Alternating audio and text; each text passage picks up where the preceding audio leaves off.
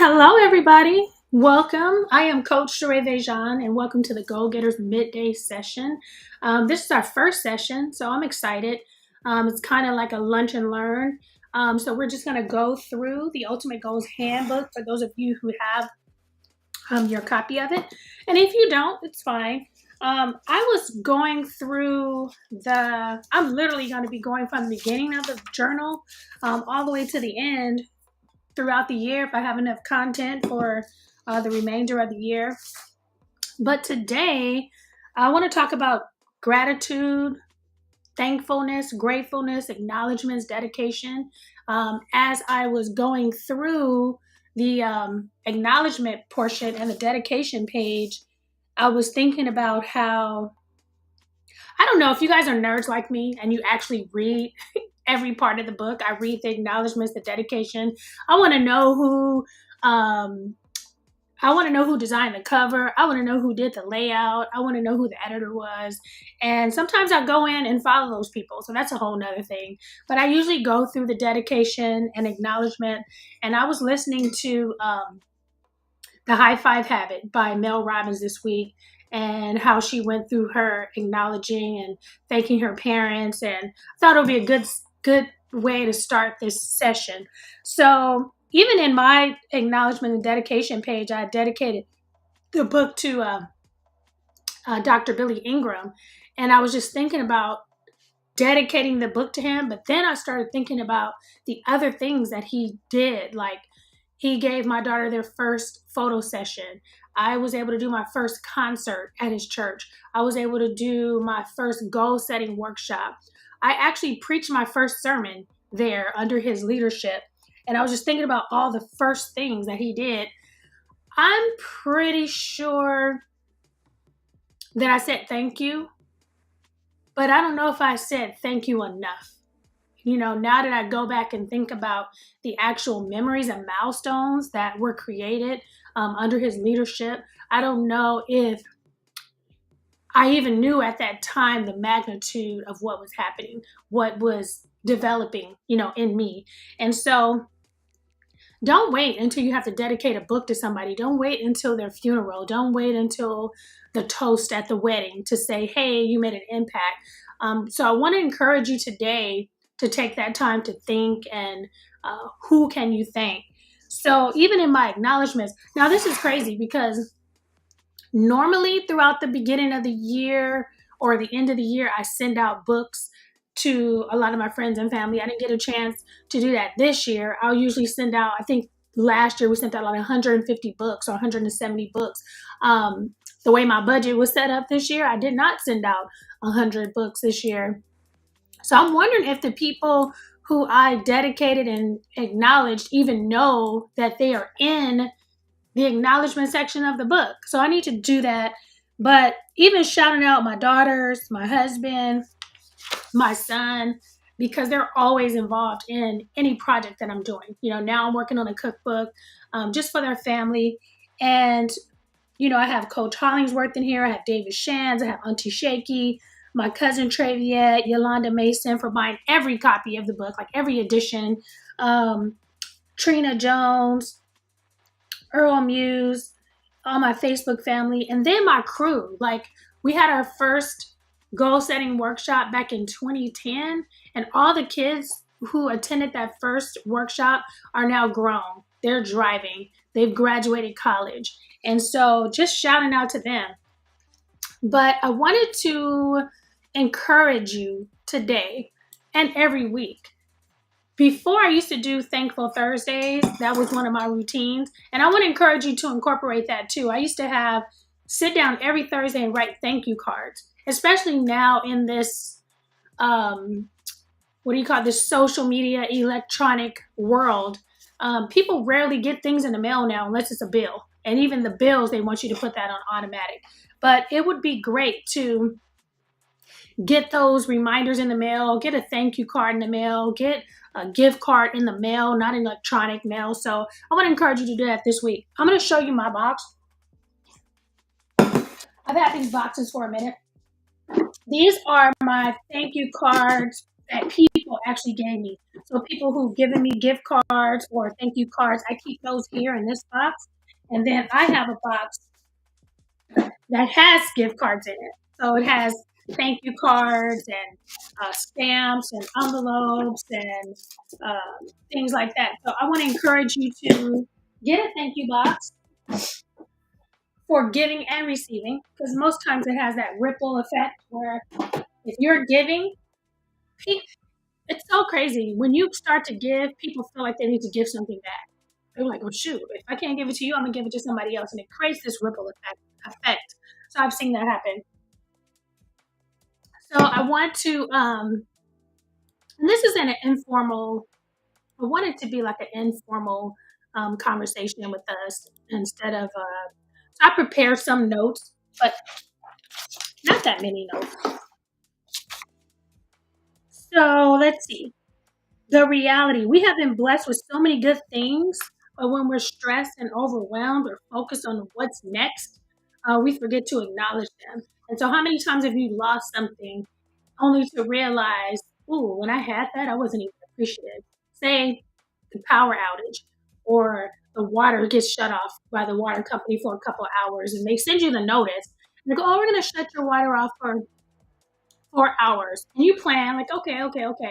But then you start realizing, like, normal things that you do, like washing the dishes. Oh, crap, I can't wash dishes because I use water for that. Or flushing the toilet, or washing your clothes, or washing the dishes. It's not until that service is cut off, even if it's a couple hours, that you realize how significant it was and how it played a part. And electricity. Don't even turn off the electricity or the power, where you're like, oh, I forgot. I can't charge my phone. I can't watch TV. I can't use the microwave. And so we kind of go through the day, not only with things, but sometimes with people. I'm used to, maybe my husband being here and he takes out the trash. I don't take out the trash. So taking out the trash or hanging up a painting or just doing certain things, you don't realize that that's missing. I know one time he went on a business trip and I was like, oh, wait, he does that. Or, oh, wait, he does that.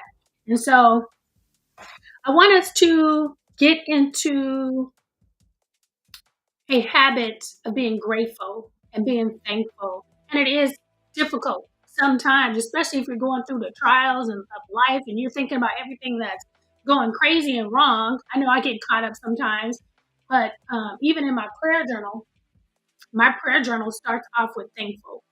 Hey, I'm thankful for my family. I'm thankful for my husband. I'm thankful for my job. I'm thankful for my business. I'm thankful for my kids. I'm thankful to be alive. I'm thankful to eat. Then I go into my prayer request. Lord, so instead of just going directly in, it's like, hey, I am grateful and thankful for these things. I'm acknowledging these things. And so, yeah, thanking God, thanking your, your family, your friends. If you have a business, I have a personal assistant. When she's done for the day, I thank her. Hey, thank you for showing up today. Thank you for doing a great job. Yes, you do work for me. And she'll say that, hey, well, I'm working for you. I'm paying you. You're paying me. But just being thankful to have an assistant or people who work for you that's doing a great job. You can still say thank you, even though you're paying them. So I have a call to action for you. Well, let me give you some of my final thoughts. So dedication. Start thinking about some of those mentors. Like my first real job. I had some other jobs. My first real job was at McDonald's, and I still, through Facebook and through social media, I'm still able to communicate with my manager, the one who first hired me. And it's so weird. It's like I'm 54, and my first job, I was 15 and a half. Well, let's say I was 16. I had to be 16. So I was 16, and I still communicate with him. I'm still able to see him. I still I'm able to see his life. And I'm not even sure. I wrote about him in my book before, and I sent him a copy. And one of my managers, Peggy, who was my manager at Sizzler when I was, under 20, because I got married at 21. So she knew me before I got married. And I've been married now 33 years. And so I'm still able to communicate with her. I get to see her grow older. She gets to see me grow older. She gets to witness my family. She was at my wedding. And so just your mentors, people who pour into you, acknowledging people who work for you. Um, there are two routines that we have as far as like relationship goes, and one is Text Tuesday, and one is Thankful Thursday. And so spend some time on Tuesday, which is tomorrow. You can choose 10 people that you haven't seen or talked to in a minute. Maybe you went to school with them, maybe you used to work with them, maybe you still work with them. Sometimes there's companies that you work in that are big companies, and maybe you work in the California branch, but you met somebody in Texas. And so on Tuesdays, hey, reach out, hey, just checking in with you, seeing how it's going out there. Because a lot of times if you've ever done MLM, if you've ever done like Mary Kay or Tupperware or any type of business where you need to call people, a lot of times they'll say, hey, put together a list of 25 people that you can contact right now. And most of the times when you contact those people, they ain't heard from you in 10 years, you know? And so get to the point where people are hearing from you, not just when you're selling something, not just when you want something, not when you're doing a GoFundMe, for something. So text Tuesday, text 10 Tuesday, text 10 people. And then Thankful Thursday, try to get into a habit of writing real cards. I have a friend, I'm trying to talk slower because I know I talk fast. I have a friend who sends out her yearly letter every year, her family letter, and it just breaks down what they've been through throughout the year. And it's so inspiring. I like to get them, it's like a story where I get to see what the kids did for the whole year. And it's amazing how she manages to put that together in like one or two pages. And it's interesting. She goes through health and she goes through their finances. She goes through, hey, this person graduated, this person got a promotion. Um, so that's a good thing too. Maybe start documenting your family year. Like, hey, what happened in January? What happened in February? Write it out in a family letter and mail it out every year. Maybe I can get her on and see how she does it because it's so fascinating. I love it. All right. So let's see our call to action. So we set goals for success, career, and health. But what if we set a goal to be more grateful every day? So here's your call to action. Write 3 things you're grateful for every day. So every day you can write something. If you have my prayer journal, it's a space for you to put what you're thankful for. You can write it in your notes. If you have a Google Doc, you can start a running Google Doc, what you're thankful for. Um, Thank someone every Thursday. Every Thursday, think about Thankful Thursday and just thank somebody. Um, and then find one way to give back this week. How can you give back to somebody else? If you're thanking somebody for helping you or mentoring you, who can you mentor? If you're thanking somebody for helping you with a project, who can you help with a project? So also think about how you can be that person where who you were once thanking, and you are also that person. You're being that person to somebody else. All right. So that's it for today's session. Let's keep it moving forward.